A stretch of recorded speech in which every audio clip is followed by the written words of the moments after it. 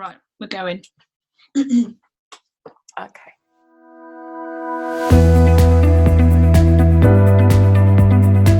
Welcome to the first real episode of the Full Stop podcast with Berenice Smith from Walk in Our Shoes, Sarah Lawrence from After the Storm, and of course me, Michael Hughes from Married and Childless.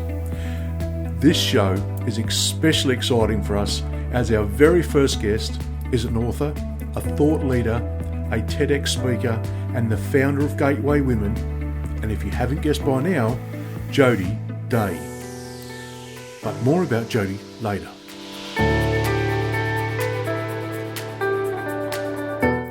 For millennia, one of the most important human traditions that continues to be practiced, that allows us to give lessons.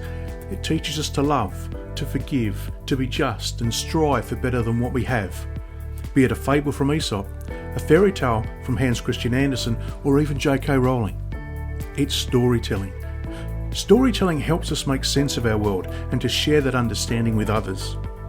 Our first two episodes are dedicated to this tradition of storytelling. This week, we explore what it means to speak out, something very hard for the childless community to do. Our next show, we'll be delving into the minds of those that have written their story.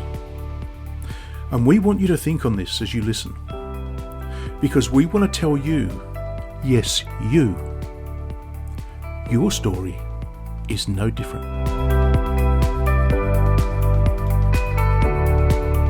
Morning, Beth. How are you? How's things? Morning, Sarah.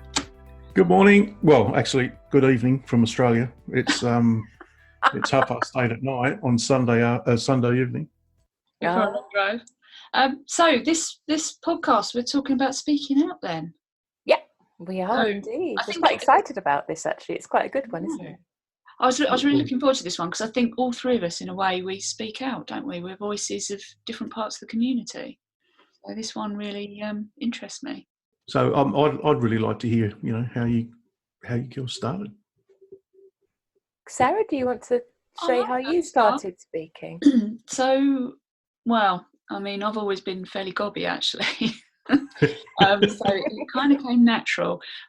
But I think for me, I started After the Storm because I went the other way. I think the shame and the embarrassment of being, and I hate this word, infertile, I kind of shut down. I stopped talking to people. I closed my family out, I closed my friends out, and it was quite a lonely experience for me. So once I started thinking about what's important, I think, for me and trying to help people, it was finding my voice again and trying to show people how they can speak up and be noticed and not take pride, but appreciate what they've been through and how they've come through it.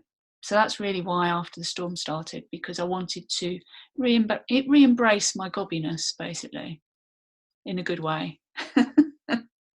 I love that, re-embrace your gobbiness. Yeah. What was, in terms of speaking out, and do you remember the first time that you did something that was after the storm, or just generally say something where you felt you'd really re-embraced your gobbiness? I love that phrase. I'm going to go with it. I think I'm going to have to put it on my business cards. I think you should, yes. After the storm, re-embrace your gobbiness. Yeah. The first time I spoke as After the Storm was doing a Facebook sort of a video or a live. I think I did it as a live. I was absolutely terrified, and I was talking. But you do them so well, Sarah. I just want to say that if anyone's listening and thinking, "Oh, After the Storm," then go to Facebook, search for After the Storm, and just look, because I watch them all, and you embrace Facebook Live so brilliantly. You're such a natural. Oh, thank you. Yeah. So natural. In fact, I do them without makeup, and sometimes, I just rock up and think, "Oh, this will do." Sometimes after a run, which I think is just remarkable, or waking up at 2:30. Was it 2:30 in the morning the other day when you were on there? I had this idea at 2:30 in the morning. Like, oh, good God. That's impressive. I just have to go blah, blah, blah, get it out. But no, that first video was strange because I've been putting it off, and when you can feel it building, you think, oh, I've got to get this out, I've got to get this out. And that first video, I can't even remember what I was talking about. It was something very, very high level, but then I started talking about my thoughts and my feelings, and you can kind of feel them bubbling up from deep within you and get emotional and stuff. So for me, I knew that even though I want to help people, it at some level for me, it's also a healing process, being able to talk about it, being able to get it out there. And making people feel, oh God, this is another awful word, but normal, bunny ears, normal. Because I think going through it, you feel anything but, personally. I don't know how you guys felt when you were going through it. But yeah, it's nice to know that there's somebody out there that's talking about it and kind of normalising all of your emotions, all of your thoughts. Well, I think one of the biggest ones for me was jealousy. Oh, yes, yeah. Yeah, and it's kind of, I don't know, it's almost looked frowned upon, I think, to admit that you feel jealous of other people. So talking about that has made it easier for me to talk to my own mum about my feelings of jealousy when other people, have what I want. And my mum was, oh, you can't say things like that. But actually, yes, you can, and you should be able to. Yeah, absolutely. Yeah, I think that's it. And it's such a funny sort of, jealousy isn't really a big enough word, is it? No. I think, because it's like I don't want to run off with anyone else's child. It's just like I'm not kind of some sort of child snatcher or something terrible like that, which we can often sort of feel, that whole thing of like, oh, take my children, and that stupid, hilariously not very funny joke. But it's actually realizing when you talk to other people and you hear that there actually isn't really a word to articulate that feeling at all. There isn't. I can't think of a word. I don't think one has been invented yet in our language that covers that feeling. No, I imagine there's a German word because they have a fantastic way with words, don't they? Like, and Greek. I think the Greek language is wonderful. There must be something in Greek language that we probably can't quite write. There must be some word out there. Yeah, somewhere. Latin, maybe. Yeah. Maybe that's for our next episode about writing it out. Maybe someone, if you're listening and you know a word that might possibly cover it in another language, that hideousness, and I don't know what it is or something, then tell us. Get in touch, because I don't know what it would be. I'd like to have to write something down, sort of, that isn't necessarily obvious to somebody, and say this is what it is. I might even put it as a tattoo or something. I don't know. As long as it's short, otherwise it's too painful. It's not a little word that covers the shitness of it all, really. Yeah. Isn't it not two fingers stuck up? I don't know. Yeah. Maybe it's a gesture. So what about you, Berenice? Oh God. I'm trying to think when I first did something, really. I think it's probably at university. So God, my story, walking on shoes, how did it come about, is probably the reason why I started speaking about it. So my story, for those that don't know, is recurrent miscarriages and failed IVF. I did get pregnant once through IVF. It did work once, and then I miscarried. And I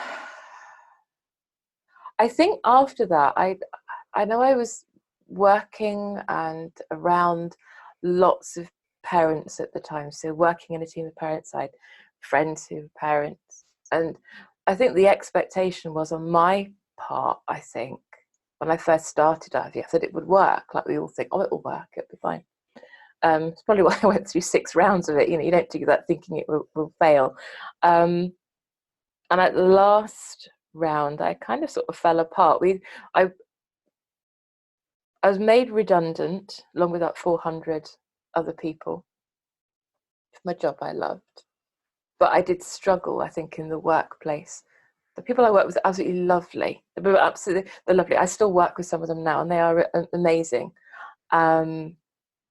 But it was still a struggle for me because I felt actually incredibly bitter. I really was. I was getting to that bitter, horrible, I hate everybody and nobody understands. but I didn't have the words to say something. I think that was the issue. I didn't know how to articulate that. And I thought, made redundant, I'll do some freelancing, whatever. And a job came up and I went for an interview in London, didn't particularly want it, walked past on the way home, past one of the universities here in Cambridge, and they were advertising master's degrees, and it's a master's degree in graphic design and typography, which is totally my thing. And I thought, let's go in. So I applied, I went in, I got offered the job in London on the same day I got offered a place on the master's degree. And I thought, no, I don't want to go into London on training anymore. I want to do something for me. And that, I always say that design sort of saved my sanity, and I can't underestimate how much that did at the time. Because it took my mind off things. And in that degree, there's 4 different modules in the masters, and one of them is about using design for minority groups. And of course, you can imagine the light bulbs went off in my head. And I can remember to this day that you have to go and discuss what it is you want to do with the lecturer, really lovely guy called Will. And I went into his office, and he was just like, oh, well, I think I've had this opportunity come up. I've still to this day, and I must ask him, I've no idea what that opportunity was. It could have been bloody awesome. I don't know. Because I went and I sat down and said, this is what I want to do. I want to do something that represents infertility, because this is what it is. So the first time I ever spoke about it was to the other students. And then you had to present it to kind of the faculty. It got bigger. I was like, oh, that's about 800 people. And I had to say, look, actually, this is what has happened to me, and this is what I want to do. But I hadn't worked out what walk in our shoes was then. And that was the first time I spoke about it. And it was going to be a book. I'd always had in mind it was a book. But I think, oh God, I want a master's degree. I want to learn some stuff. And you've got all these resources. Okay, actually, it's going to be a website. It's going to be something digital. I'd like it to have been an app, it could be anything. But I didn't want it to be a book, although I still got the book designs for it. It might happen, but, God, if I find some time. But that's kind of how I sort of talked about it. And that's where I started off, because it helped me to talk about it. The stories on walking our shoes also help people that read it, because it's different elements of it, and you can see, oh yeah, I felt that. There's a number of stories that got all about kind of like dealing with families and things, because we kind of can curate to a point social media and Facebook, so that we're not challenged by things. We can say, okay, this is my Facebook feed and I want to unfollow, or in my case, completely remove the friends. I hate that word, but defriend is my horrible word. But you can defriend, you can have separate accounts. I have separate Facebook accounts. So you can do all of those things and you can protect yourself a little bit. But I think when it comes to real life, that's friends that you can't kind of remove from your life. It's your family, it's gatherings, it's dealing with all of the stuff that comes with that. You can feel, like you say, I think, isolated.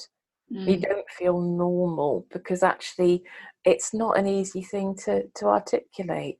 There just isn't a vocabulary or a way of speaking that I've ever found that can actually sort of express that, how you feel and about what it is you've been through. I cannot. I mean, I know when I went through counselling, and I know that we'll talk about this in a future episode about mental health, but I know just briefly that when I went through counselling, one of the things that happened to me was just trying to explain about moving my life on somehow, and how hard that is to get the words out, to even explain what that might mean and what it looks like. How the hell do you say it? And how do you say it to people who have known you all your life? Your cousins, your siblings, your uncles, aunts, parents, because you're not the same person that you were prior to knowing that you can't have children, because actually it's the thing that it's why you're part of the family, why you're part of maybe friendship circles, because actually you have something in common. And then you have to kind of create a new sort of, like bunny ears again, family, bunny ears in quotation marks, sorry, just for those, obviously we're on the podcast, you don't know that. but it's finding another language, and maybe speaking out is about finding other words, you know, whether you write it down or whether you speak about it. And I now speak to people of a mixed sort of demographic. So I go, a lot of Walk in Our Shoes now is tailored around speaking to people who aren't, in fact, I've done talks in Cambridge here to the university, to business groups, and a Petra Kutcher. My friend Anne, who runs the Petra Kutchers in Cambridge, came up with a different way of pronouncing it, but I'm going to go Petra Kutcher because that actually is a really good way of doing something. I think if anyone's out there thinking, I want to give it a go, but I don't know how, then I've actually found that to be really good. And of course, at Fertility Fest, I've spoken there too. So it's easier when you have people who share your theme or have that awfulness of infertility in common. But actually, for me, a lot of what I do now is sharing the stories to help other people understand what it's like to be childless, not by choice, and all the different ways we come to that, but in an outward facing way rather than into the community now. It's taken on a different life, I suppose, really, and become a different way of doing it. And also by being confidential, by being other people's voices, I can kind of disconnect a bit, because it's still, I would absolutely say, I'm still find it very difficult to talk about. And I've cut myself off from my family. I know I have, but I have to do it because I get so many shit days. I do. I mean, to the point where it's really hard to even think about it. Never mind talk about it. Yeah, I can relate to that. I mean, the good days do get more numerous, but you still have bad days. You still have days where you just think, oh, I don't, stop the world. I just want to get off for 5 minutes, because it's all around you, isn't it? It doesn't matter where. Absolutely. Yeah. There's going to be something that you see a family or you see a child, it's going to take you back there, isn't it? So it is. And I think also if you're in sort of situations where it's gatherings of things and people, you find that you can't help but, of course, conversation goes that way.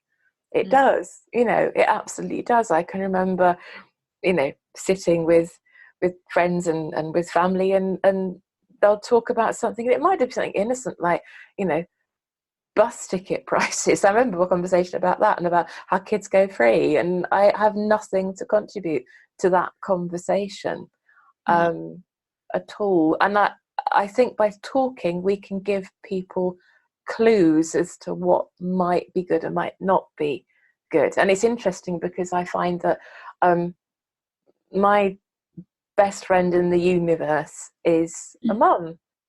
My lovely friend Stu, and she's got 2 beautiful, beautiful daughters. And we could talk about anything to do with her kids, And I remember sitting actually in March, we were all around a house, and she was talking about the fact that, about, not about giving birth, but it was a comment that she made about, well, I about deserving some cheese scones that her mum had made her. Because she'd given birth, did not even faze me whatsoever. Because I thought, well, actually, yeah, you bloody well did do that. You bloody well deserve those scones. Because actually what it is that she listens, and we share respect for that. I respect that actually, bringing up 2 kids is bloody hard. She's had a lot of stuff on her plate, but she also respects actually that I have been through shit too. Different shit. But it's still shit, it's still rubbish, it's still awful, and it's still difficult, and life still has so many challenges, so much stuff that you have to get through.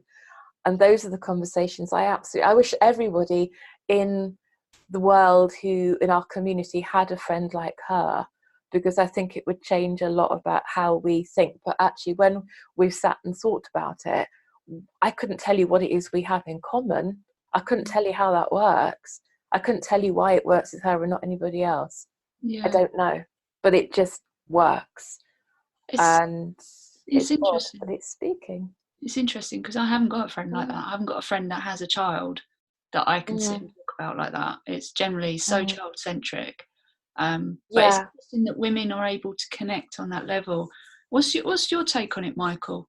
Because obviously as a chap, it's probably different, isn't it? Do men talk about it the same way?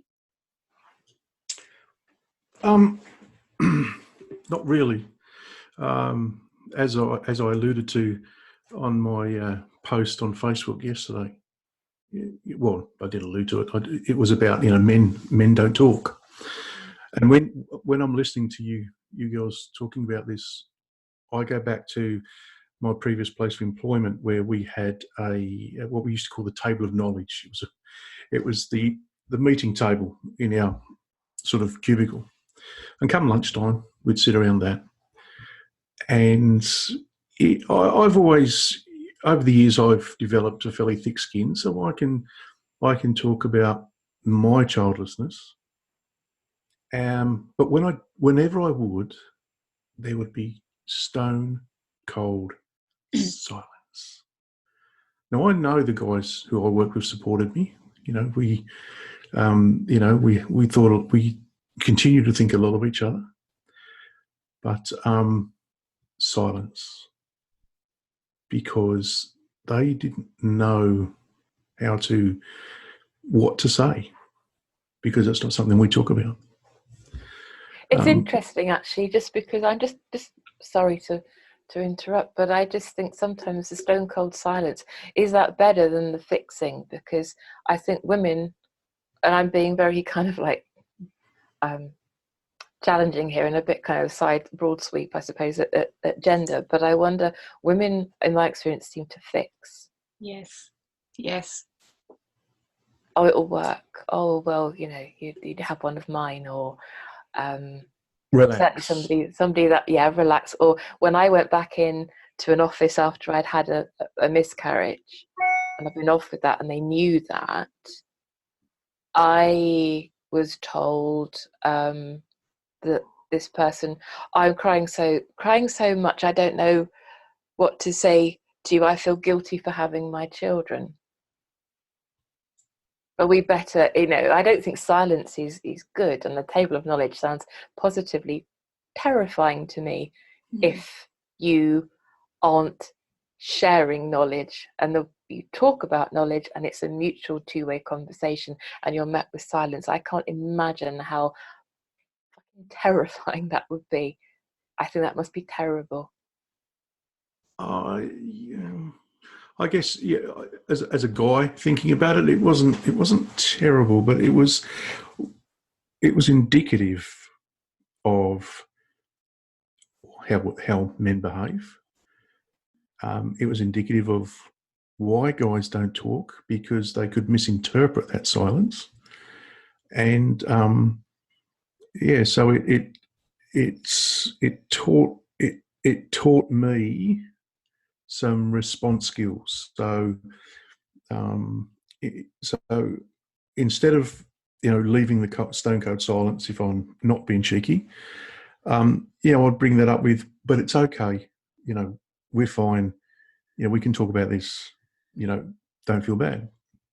And I've found that has worked, and it continues to work. I use it a lot, and it starts a conversation again. But what it also does is it clicks in my mind that there's more to life than this. It is unfortunate, and it is not somewhere you want to be, but it's helped my mental health deal with, I know it's strange, but deal with there's more to life than this. Hope that makes sense. That makes sense. Does definitely make sense. Yeah, it does. But getting back, so Vicky, for those who don't know, my wife, listen to your story about your best friend and her two children. So Vicky just recently, well, we both went to her 21st birthday for our good friend's daughter, who Vicky was actually at the birth. I mean, Wow. literally at the sharp end at the birth, because her friends wanted to include her in her life, and wanted to include her in this child's life, and has done for 21 years. They have a fantastic relationship. So it's weird how it works. But her friend has always been inclusive of Vicky. So it's almost been like there's 3 of them. And Selena says, "That's my Auntie Vicky, and she's the best auntie I've got." So it's strange. But at the same time, she can have a bad days. Mm. But this friend was, understood and included her at the same time. That's lovely. That made a difference. Lovely. It's interesting to me that you said that you find yourself almost comforting other people and saying, well, we're all right, we're okay, to help them. Yes. That's interesting. Well, that's the way I look at it, because I have a firm belief that we are all good. It's a very, very small, percentage of the population who aren't. But as a whole, we as humans are, in essence, good people. And, so I can imagine that there would be some, empathy that would certainly, be sparked if you say that sort of statement that, sorry, we don't have children. And I think that's healthy. Both Vicky and I talk about, and she is absolutely determined not to be bitter about our situation, because that's not who she wants to be. Of course, she's sad, and yes, she has her bad days. Probably more than she admits to. But and that goes along our ethos about how we deal with this. Is be positive, don't be bitter, and generally people are good. So, why chastise them? Yeah. I agree. I don't want to go down the bitter way. I definitely don't. It's too easy, I think, isn't it, to get bitter and resentful and angry about it. But I don't know. I'm a bit more ballsy. I can't apologise for making other people uncomfortable. That's not my problem. I've got enough shit to deal with. So if you're uncomfortable with me talking about it, I'm sorry, I'm not going to apologise for it. You have to find your own way of dealing with it. But maybe that's me. Maybe that is a little bit of anger, maybe. But I find that, to a certain extent, you have to live around other people that have children. That, I'm not going to cut everybody out of my life just because they have children. That wouldn't be the right thing to do either. But that doesn't mean that I then have to apologise for feeling the way I do, for existing the way I do, and having the lifestyle I have. So if it's met with silence or it's met with discomfort, that's not my problem. Maybe that's just me. What do you think? I kind of can see that. I see a lot of that in myself, in that I will, the older I get, maybe the more I see how people hurt because of this, the more I think, oh well, it's like you say, it's not my problem. What's the phrase? Is not your uncomfortableness isn't my problem. Or there's a phrase that I know I've seen bandied around in groups. That's not it. I'm paraphrasing, but you have to kind of, it goes back to kind of someone sort of saying that being guilty for having children when I had not. Well, that's your problem. That's not my problem. I can't make your guilt better when I have enough of my own stuff to deal with. And I suppose, I kind of tend to sort of go down that route now of thinking, okay, and there's so many resources now. I think that if you are somebody who has children, who has no experience at all of infertility, then God, when I first started, there's barely anything really to support people who had infertility, never mind those that didn't want to know a bit more about it. Now, God, there's blogs everywhere. We're surrounded by this incredible and powerful community who are in the bravery and courage of people to sit and to say, look, actually, I'm going to write a blog about childlessness, or I'm going to do a small thing for World Childless Week, for example, or to write for Walk in Our Shoes, the people that write for that, I am so overwhelmed by the fact that they do that, and the fact that people come up to me and go, oh yeah, I've read that, I know that site, I love your site, you know, and oh God, really? Actually, you know it's there? But it's incredibly courageous to do that. And I think it's respectful, I think, for anybody, I think, who has said to me, oh, I don't know anything about it, or they come up with some sort of statistic that's completely wrong, or try and fix something, then I just sort of point them to resources and say, but read this, because actually somebody has sat down in the middle of some bucket load of grief and written something, or spoken about something, or stood on a stage and said something that reveals so very, very much, that's so incredibly goddamn private about themselves, for your benefit, really, actually, because it's, so I kind of wonder, and again, it might be something that perhaps listeners can tell us about, but I wonder how much of when we do these things and when we speak out, whether it's cathartic for us, and at what point, if at all, it becomes something that is just for the benefit of other people, which is roughly where I am probably with Walk in Our Shoes.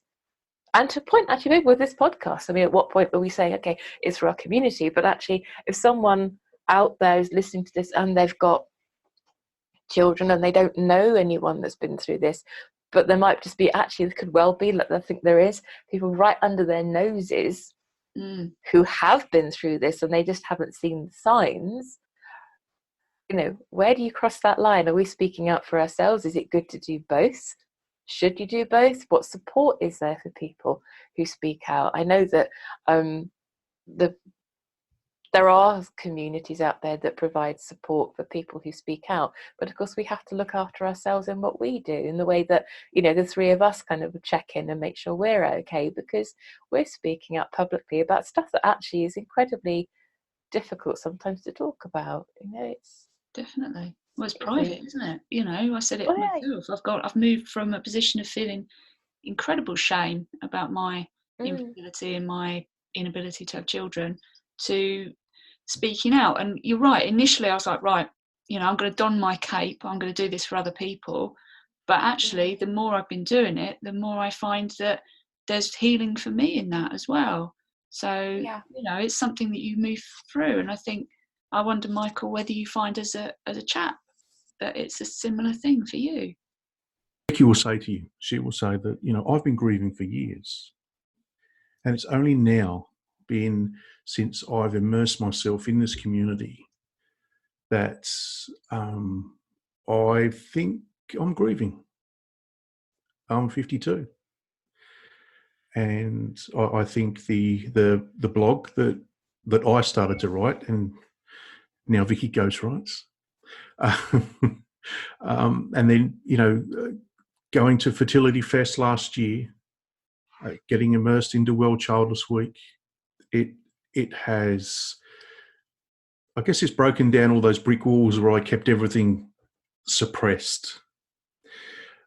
And yeah, so now I'm feeling, I get very emotional. And it's a weird feeling for me, because as a guy, that's always seen as there is something wrong. You know, you're welling up, you know, you if someone's crying, I mean, well, something's happened. What's happened? What's wrong? And I'm at this phase of my life now where I'm just starting to normalise that there's nothing wrong. You're just going through a process. And Vicky's saying, at last, I can see you grieving, because for years I didn't think you cared, because I kept it so deep down. I'm going to have to rein it in here. There is nearly an hour more of recording, and I don't think the world's ready for a 3-hour podcast. As up next, we have the gracious Jody Day, author of Living the Life Unexpected and Rocking the Life Unexpected, founder of Gateway Women, and honoured in the BBC's 100 Women of 2013. The Full Stop Podcast has a presence on the trinity of Facebook, Twitter and Instagram, and you can find all the links at our awesome website designed by Berenice, www.thefullstoppod.com. But now, let's chat with Jody. You're our first guest, so apologise if we're a bit kind of rusty and not too sure what we're doing, Jody. I'm very honoured to be your first guest. Yes. We're honoured to have you here. Yes, yes. I was the first guest on Michelle Marie McGrath's series, Unclassified Women, which you may know. I do. It's good. It's a fantastic podcast. Yeah. I was the first one, and I think I was so I opened series 1 and I closed series 3. I'm not sure if she's going to do another one. So it was quite an amazing privilege as well. So it's really nice to be here. Thank you for joining us. Thanks for coming on. Thank you. So your story, Jody, where did you very first start to speak about your journey to other people? I started talking to people, I guess, when I really realised that childlessness for me was a permanent condition, that it was not something I was going through on the way to motherhood, but that this was actually, my final destination. And I was very late coming to that realisation. I managed to sort of stay in semi-denial about it, I got divorced at 38.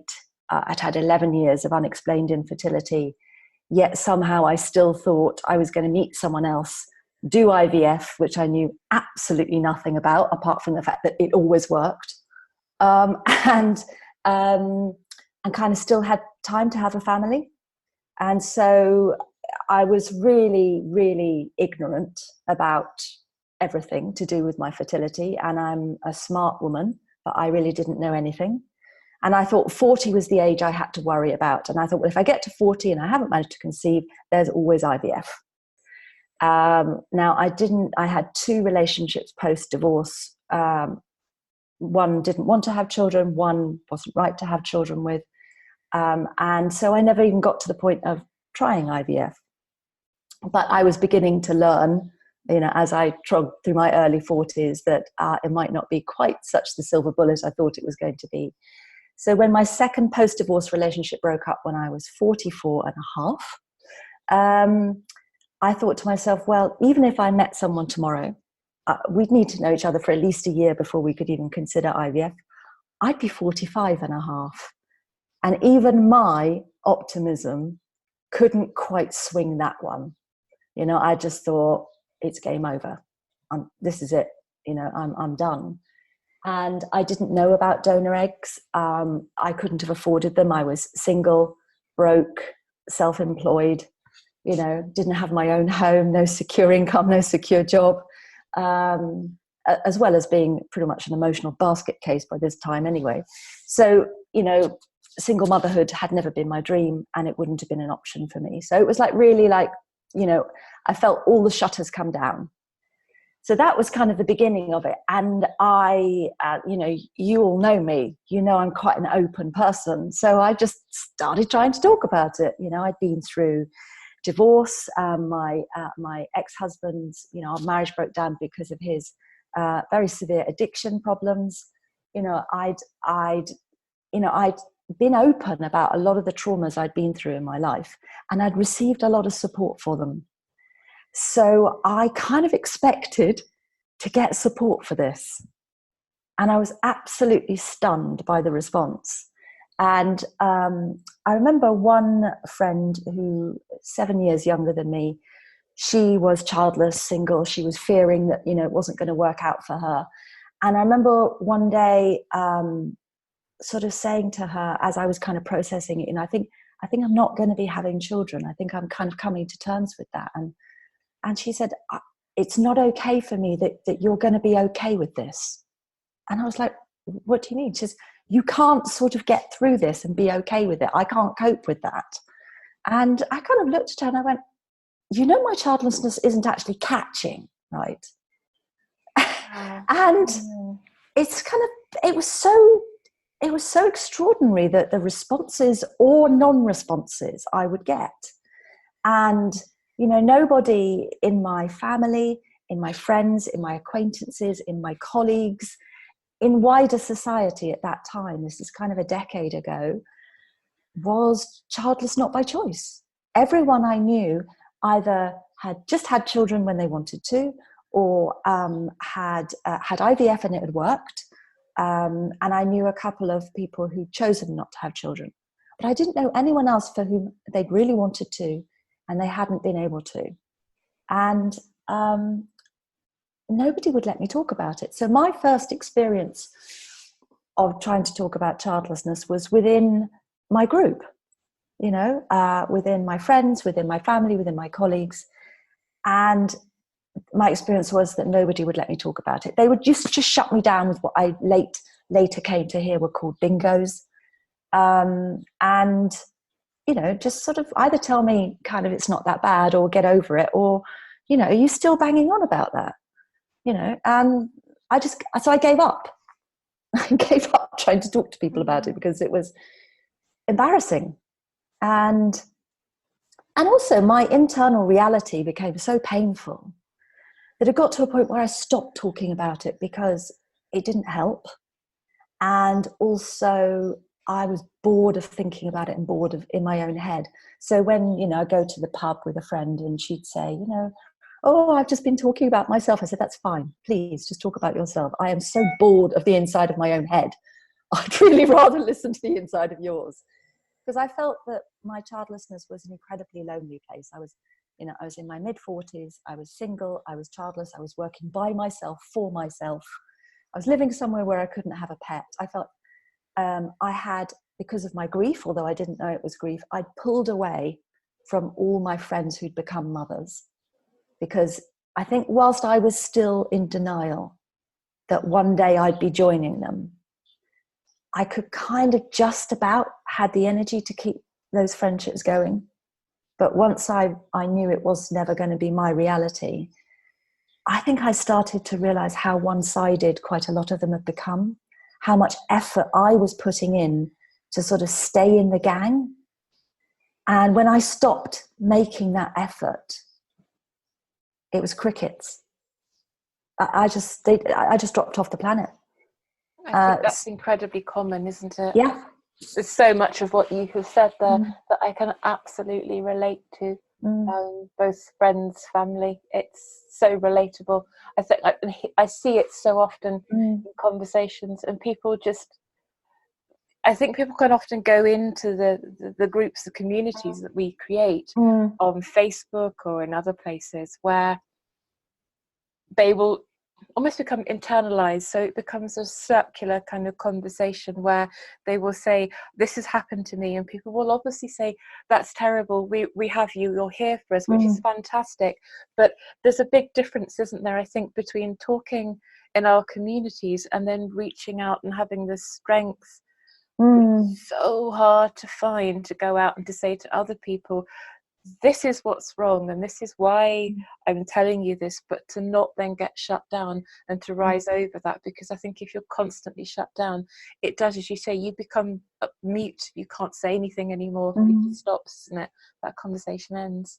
It does, and it was, I have to say, it was an intensely lonely period. There was a kind of a 2-year period, I think, when I was at the lowest point of my grief. And I kind of felt like a social pariah. And also, engaging with the world was so difficult because everything was a trigger. It was, I remember the royal wedding happened, not the one that's just happened, but the one before.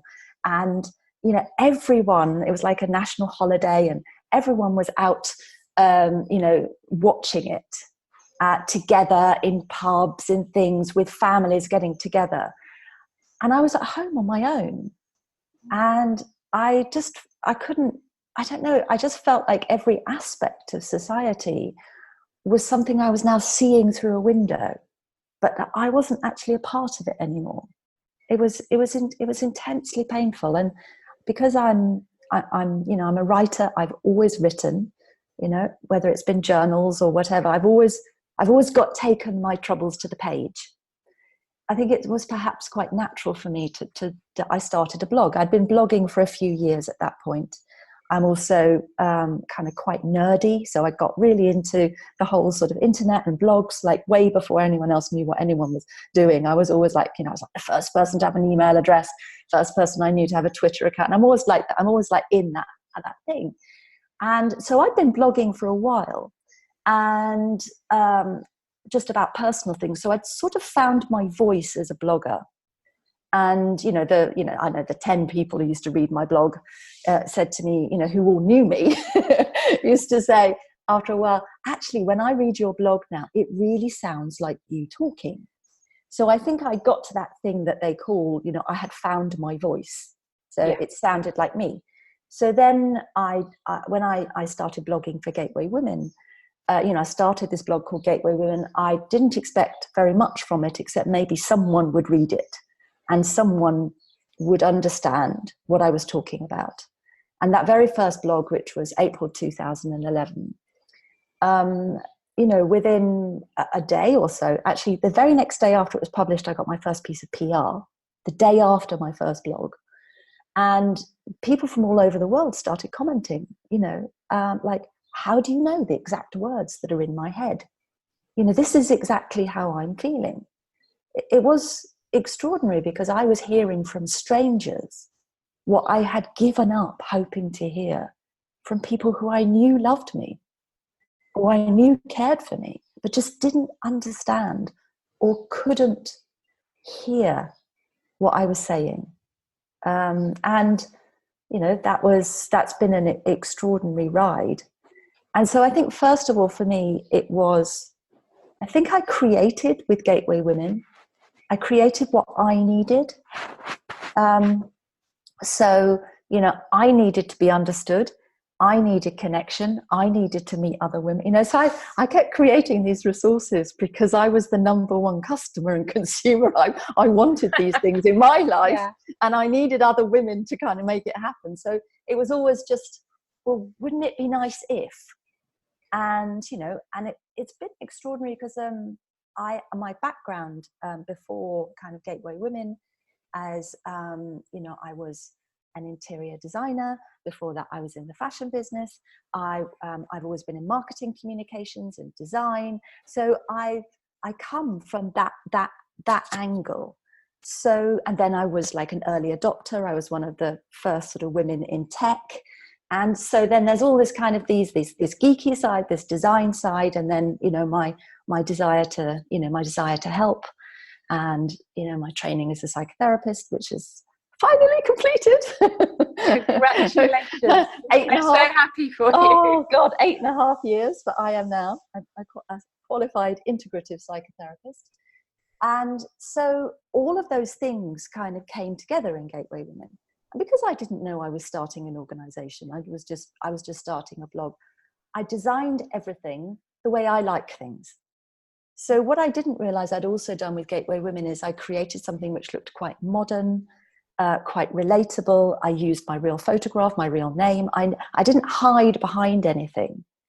And so right from the beginning, it sort of stood out quite differently from infertility blogs and things like that, because it was quite sort of a little bit funky. And women thought, oh, and then I would, do like an article or a TV show, or particularly when, I get photographed or things, and people would go, oh, but she doesn't look like childless women are meant to look.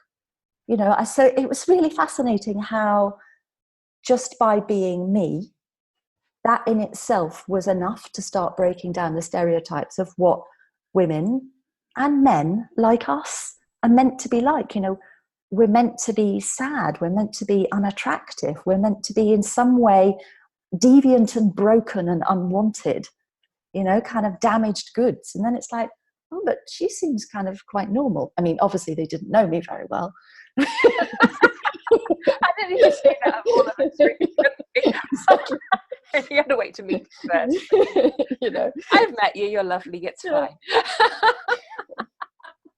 I mean, they do say normal, as a setting on a dishwasher. It's like, Oh, absolutely. Yeah, I completely agree with that. Yeah. And I have to say, having spent 8.5 years with other people training to be psychotherapists, I mean, we're a pretty diverse bunch, I think is probably the politest thing I could say.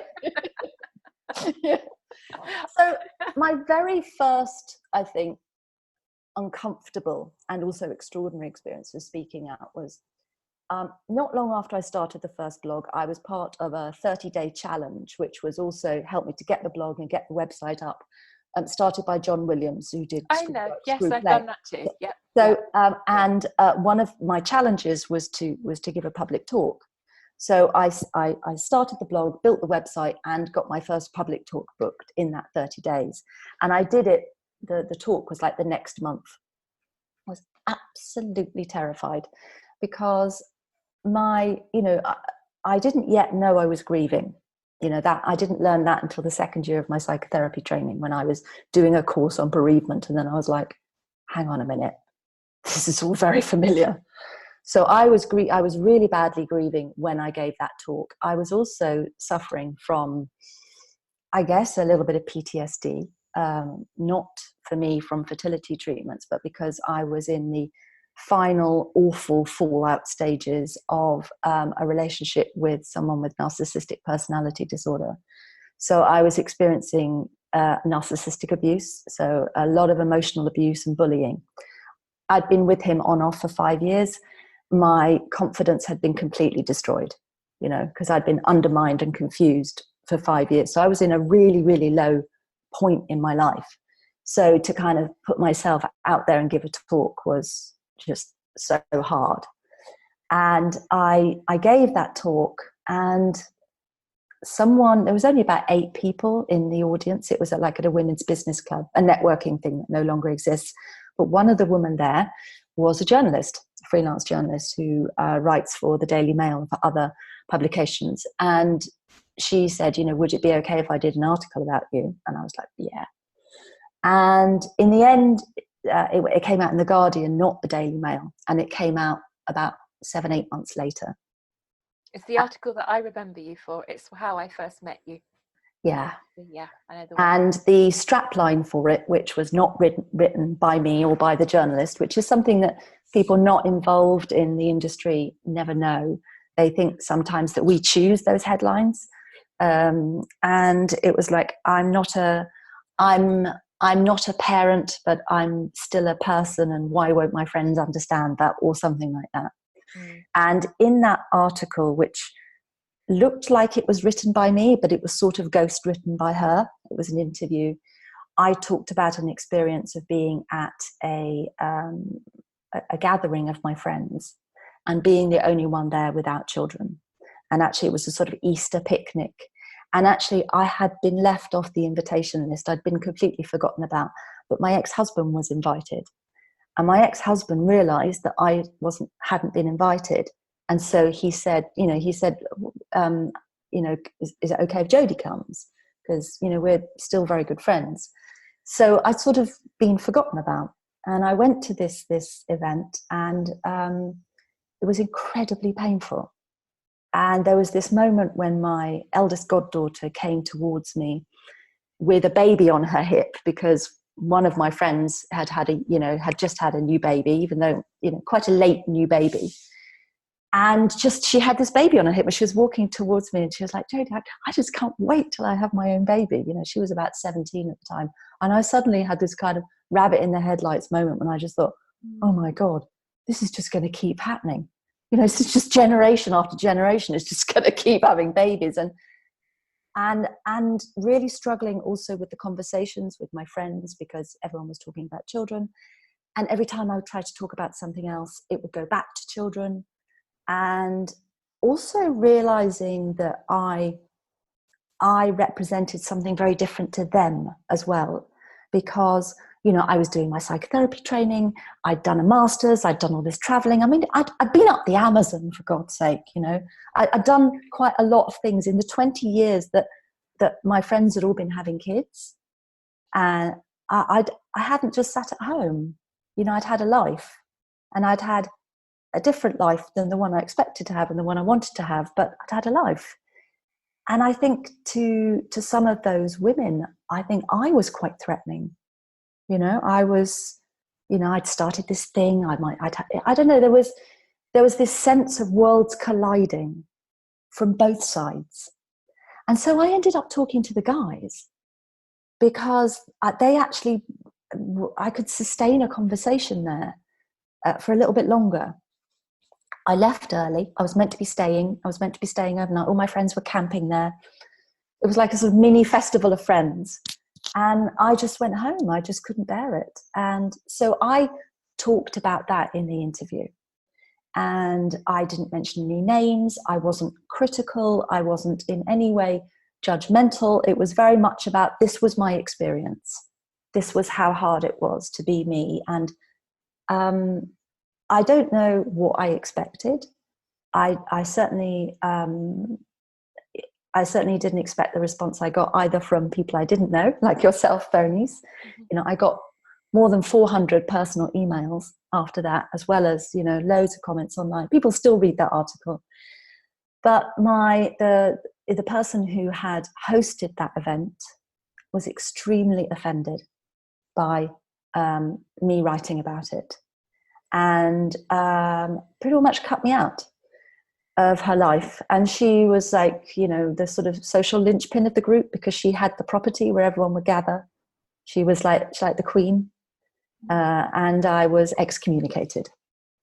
And the person who is the mother of my eldest godchild was also a little bit shocked by my honesty, but, you know, didn't sort of take it too. I apologize for hurting her feelings, because I really hadn't anticipated it would do so. So I kind of anticipated that it might bring a little bit of empathy for what it's like to be me. And actually, I got condemnation in my social circle.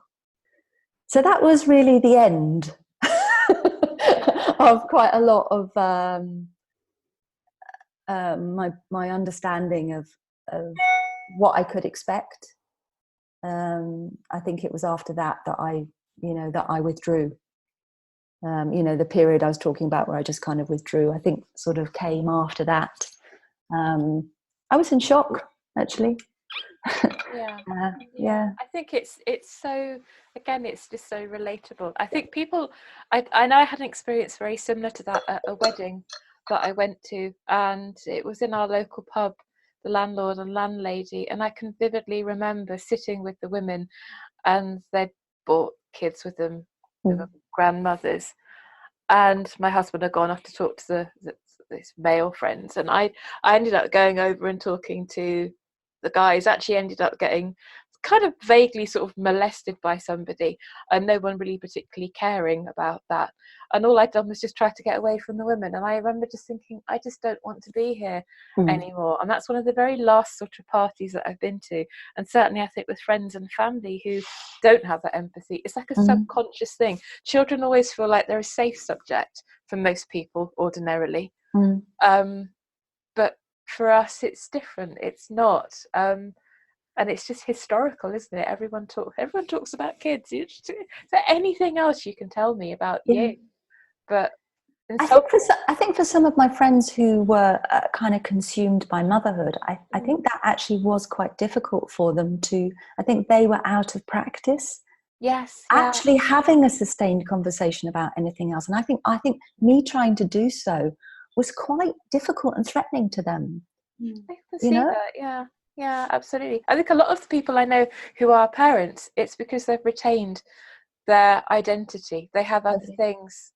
People that I work with, my really good friend, who has just been friends for life, again, has retained her diversity. She has interests. We can talk about other stuff.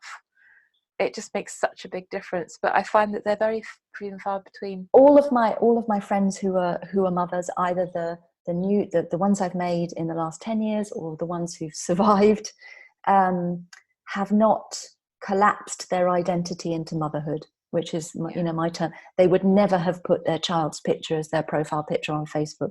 They never describe themselves as so and so's mum. They are them, and they are mothers. And so it's I'm the same. I'm the same with you as on that one. So that was my first experience of kind of really speaking out in public. And although it kind of created Gateway Women in a way. The response to that article was so massive that it sort of was the big boost that brought loads of women, mostly, to Gateway Women. Although, Michael, there have always been men who have emailed me. There are many men who follow the Facebook page, all of the public areas of Gateway Women, and they do email. Whenever I'm on, you know, on the radio or on anything. I always get loads of emails from men, and I always try, you know, thanks to knowing Robin Hadley and working with him, you know, at AWOC, I learned so much. I always kind of drop in something about childless men, like when I'm on Woman's Hour or something like that. I always get it in there, and because otherwise Robin rings me up and gives me hell. So, He's got a reputation for that. Yeah. And well, he doesn't ring me up, but you know, he'll mention it. So he sort of sits with me whenever I do these things. And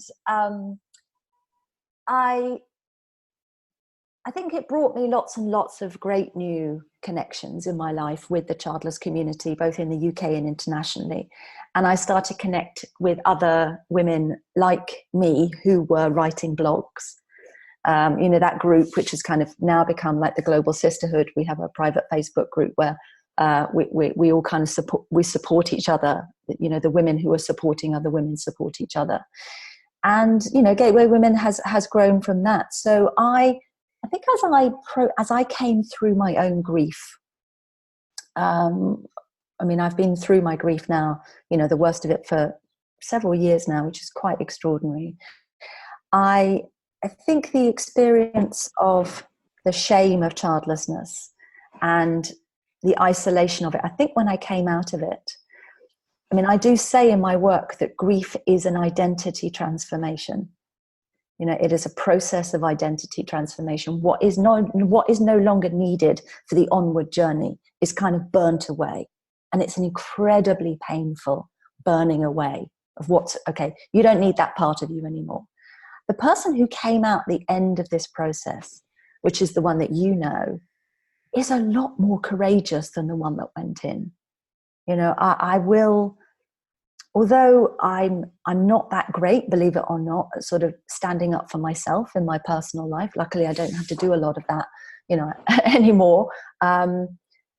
I've always been someone who stood up for the underdog. I was always the one that, you know, looked out for people at school. And I think there's something that it's just fired me up to want to be the voice for those who feel they can't speak yet. And I don't know, when you've been to hell and back, like we've been, you know, the grief of childlessness is something that nothing could have prepared me for. It has been the most profoundly painful existential dark night of the soul that I did not know if I would survive. I really didn't know if I would get through this. You know, there were days, months, when I wasn't, well, I don't know, what is suicidal? I mean, I really didn't give a shit about my life anymore. And if someone wanted to take it from me, that would have been fine with me. You know, you know, not waking up in the morning would have been fine with me. It just felt like a burden, my life. And I really didn't know how I was going to live the rest of it feeling like that. Coming through that, when you discover, and you go to hell, and then you discover it's also got a basement. It changes you. And so now speaking out, I've become like taboo girl. That's my superpower. You know, whatever we're not meant to talk about, childlessness, infertility, menopause, aging, death, you know, abortion, whatever it is, it's just like, Jody's here, let's talk about that. You know? I seem to be absolutely attracted now to, it's like the things that people don't want to talk about. That is what I want to talk about. My capacity for trivial conversations, my capacity for social niceties seems to have been burnt away. Although it does make sometimes sort of normal, in inverted commas, I'm doing air quotes now, sort of normal social interactions. I don't know, I'm having to relearn how to do those, because I've got so used to having fascinating and intense conversations with brilliant people who are childless that when I go out with the normals, I'm just thinking, really? Is this all you've got? Is this what we're going to talk about? Do you know that actually, I think that is so true. God, yes, it is. It is, isn't it? Because you do. I know when I come back from anything to do with childlessness, whether it's Fertility Fest or at the end of World Childless Week, and you immerse yourself in this, and you see all these people doing these absolutely incredible, brave and courageous, amazing things. And then I get back on the train and I come home and I think, Oh. Oh. Yeah. Oh, how Yeah. disappointing life can be. And it's like sometimes perhaps, not that I'd say what I've been through is necessarily worthy of it all the time, but there's an awful lot of times when I think some ways I've become a better person for what I don't have. I'd never be sitting here talking to you three. You wouldn't be sitting here. I would not know you. And that would be a really, really terrible thing. I wouldn't know Michael or Sarah doing a podcast. All the stuff that we all do. And it's incredible. We're an incredibly powerful and talented community.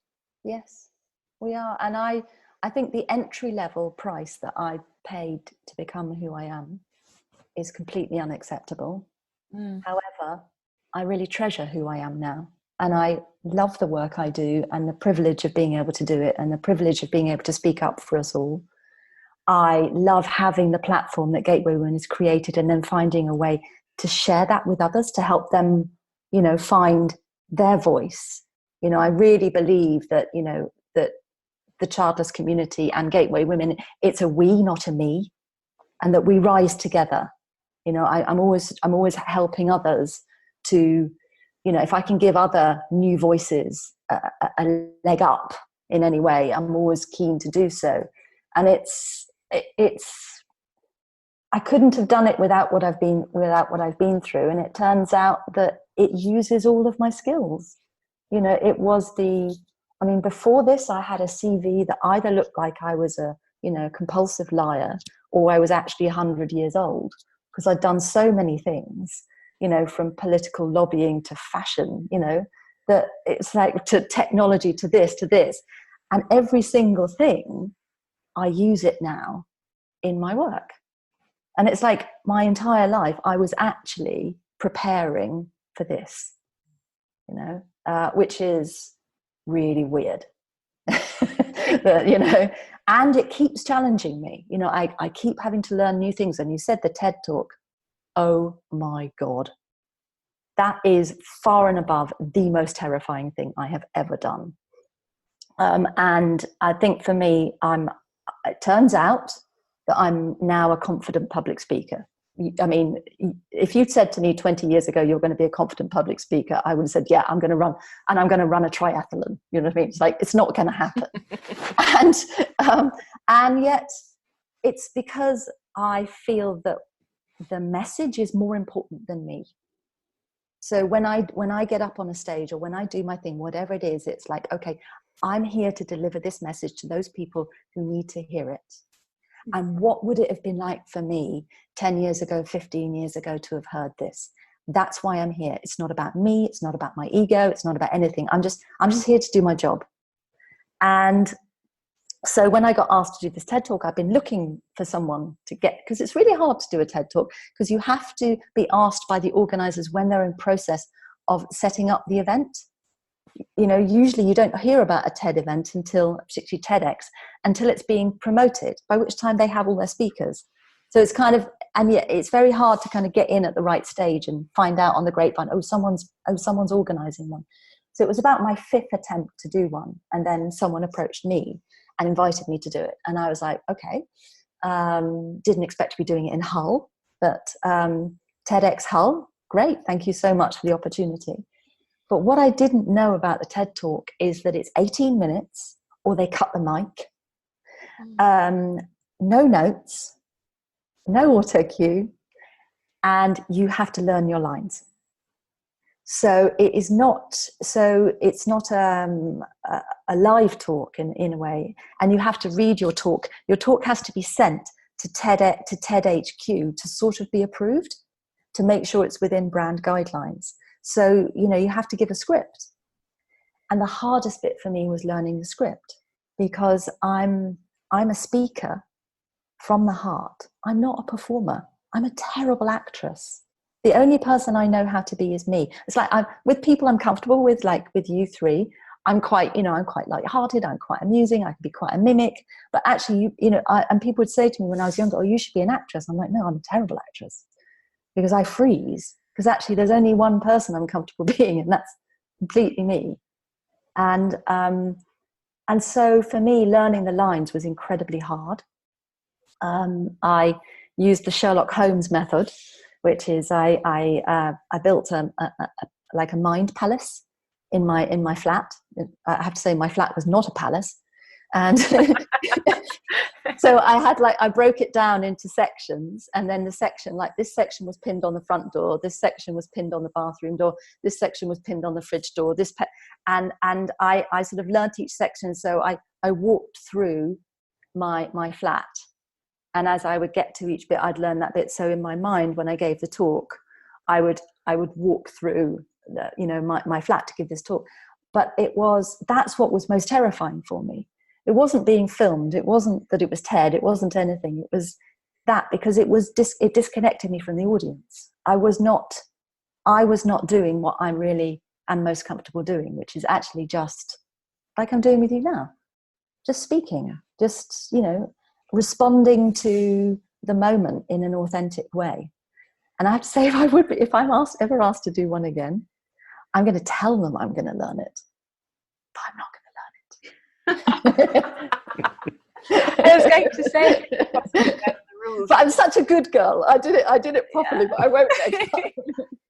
I'm quite sure people do go off piece with those things, but it's so incredibly hard. I know when I've sort of looked at trying to do that, and I honestly could not learn anything like that. I wouldn't know where to start. Really wouldn't know where to start. It's an exceptionally brilliant TED Talk. We will put all the links on the podcast website and on the social media, so that people can go in and have a look at it. If anyone's listening, I would like to do another one, and I promise I'll deliver a good talk even if I don't learn it. You'll learn it. Yeah. Well, no, what I really like doing is actually planning my talks, because people often ask me, how do you do it? Plan my talks, have kind of my bullet points, learn my bullet points, so I know which points I want to hit.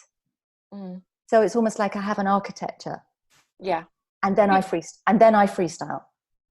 Do you change the narrative or the structure of your talks depending on the audience? Because I've spoken to both our community at the Fertility Fest, but I've also spoken to business groups as well. So there can be a mixture of men, women, parents, not parents, child-free, childless. It depends, whoever rocks up on the day. Do you change how you structure your talk? Absolutely. I've never given the same talk twice, apart from my TED talk. Yeah.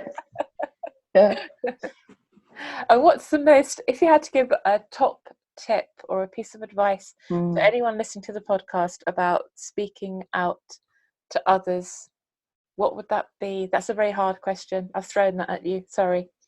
I'd say, first of all, whilst you're grieving, I'd say don't set yourself up like that. I'd say that when we're grieving, we are so sensitive that speaking out is really hard. The chance of, that not being met is really hard. One of the things like the women who do the Reignite weekend or do my courses, one of the things I say is to practice speaking out, find your voice in a safe environment. Because one of the things that is difficult is there's actually no shared vocabulary in society to talk about our experience. So we often have to educate the listener. So it's a big thing. But if you can kind of have some, good experiences that you've banked of talking about it with other conscious childless people, and I think that's a key word, conscious. Because it's not just someone who is childless, because many of us know people who are childless who don't talk about it, don't go there, and aren't interested in it. They're a closed shop around the issue. But there are others, which I call conscious childless people, who are actually really engaging and grappling with the issues themselves and the issues in their community and society around this. Those are the ones you want to talk to. So I would say start with a safe group of people where you can get some experience of being heard, find what shape your own narrative. How do you want to tell your story? What sort of terminology do you want to use to describe your experience? Get kind of comfortable with it. And that helps in a way you grow your confidence then you can perhaps start speaking to others. You will experience a lot of bingos. Those are in my TED talk, but those are, gosh, I thought you were over that. You would have made such a good mother or father, or why didn't you just adopt? Why don't you just have a baby on your own? There's the whole range. Gosh, you dodged a bullet. Kids aren't so wonderful, have one of mine. There's a list, and we've all heard variations on that list. Mm-hmm. Yes. One of the difficulties whilst we're grieving is that we experience those as shaming. Shame actually neurologically shuts down the part of our brain that allows us to speak. It actually shuts down Broca's center, which is the speech center of the brain. We go dumb, and we get that kind of sinking feeling inside us. We want the ground to open us. This is not a space really for having a conversation. So, but when you're not grieving, what's really interesting is that when I get those back from people now, if I can be asked, and I can't always be asked, it's a teaching moment. But not every moment is a teaching moment. And I'll sort of, if it feels appropriate, or I might say to someone, "Gosh, it's really interesting that that's your response." And I'm really curious about and I'll start to try and engage them in a conversation about the bingo. And for example, childless people are selfish or something like that. I go, "That's interesting. So you never met a selfish parent?" You just apply the slightest bit of logic to these statements and they crumble. Now, if that's someone who is open to having their point of view challenged, because actually it's not even their point of view, it's just this received piece of information that they've kind of inherited, that they spout out, and it's not even theirs. So it can be a really helpful kind of, and I'll say, that actually doesn't bother me, but 10 years ago, if you'd said that to me, I probably would have had to have gone outside and sat in my car and cried. And this is why. And I'm one in 4 or 1 in 5 women, because I'm a little bit older than you. So for us born in the early 60s, it was 1 in 5 women. Is not 1 in 4 women rather than 1 in 5. Is to say, like many other women, I don't have children and that wasn't the plan. And it can be an opportunity to really open someone's mind, to make a friend, and to educate it to perhaps hopefully the next time they meet someone who's maybe feeling a lot more vulnerable, they might be a little bit more thoughtful. A lot of people don't realize how much they hurt us. And also the difficult thing is that we're often not in a position, because we're not feeling strong enough, to explain why. Absolutely. So yeah. Nothing changes. Yes. Yeah. They can't read our minds. Yeah. Yeah. And that's why, even though I no longer am troubled by my childlessness, I don't actually think about it anymore. It's like, there was a point 7 years ago, it was like, being an alcoholic. It's like, "Hello, my name's Jody and I'm childless." It was the most important thing you needed to know about me. It isn't anymore. It's part of my identity. My grief broke my heart open, grew my identity bigger, and it's now bigger than me. It's bigger than my childlessness. My childlessness is a part of me. It's a part of the context of my story. It's a part of what got me to where I am today. It is not the most important thing about me anymore. But the reason I stay passionately involved with the childless community is I know that, you can't fight. It's very hard to have a voice whilst you're still grieving. And I just want the next generation of childless people, those boys and girls that would have been our children, some of whom who would have ended up childless not by choice. I just want them to feel more included and more understood than we've experienced. And that's what my mother's heart wants to do in the world, is to make a softer landing for others. That's amazing. Thank you so much, Jody. That is a really, really good place, I think, to end our guest slot today. I was so delighted that you could join us on our little fledgling podcast. It's amazing. Thank you so much for your time. Well, bon voyage. I shall metaphorically crack. Here we are. Here's my bottle of water. I'm not going to throw it over my computer. I'm going to clink it on the side there to wish you bon voyage, full stop podcast. Thank you. Thank you very much, Jody. Thank you, Jody. Thank you. And that is where we're going to have to leave it for now. We really enjoyed making this. A special thank you to Jody Day. We'll put all her details in the show notes so you can find out about Gateway Women. Please don't forget to follow us on all the major platforms. And if you go to our website, www.thefullstoppod.com, you'll be able to sign up for our newsletter so you'll never miss out on an episode, as we have more exciting guests planned for the future. And what would be a tremendous help would be if you could share this podcast and rate us. The more ratings we get, the more people see the podcast. So come on, help us spread the love. And lastly, to our Childless Not By Choice family, it's important for us to let you know you are not alone. I think that's the other thing as well about finding your voice. It's putting the vocabulary around it, isn't it? You know, we talked about it earlier, saying jealousy, anger, grief doesn't really seem to do it justice, does it?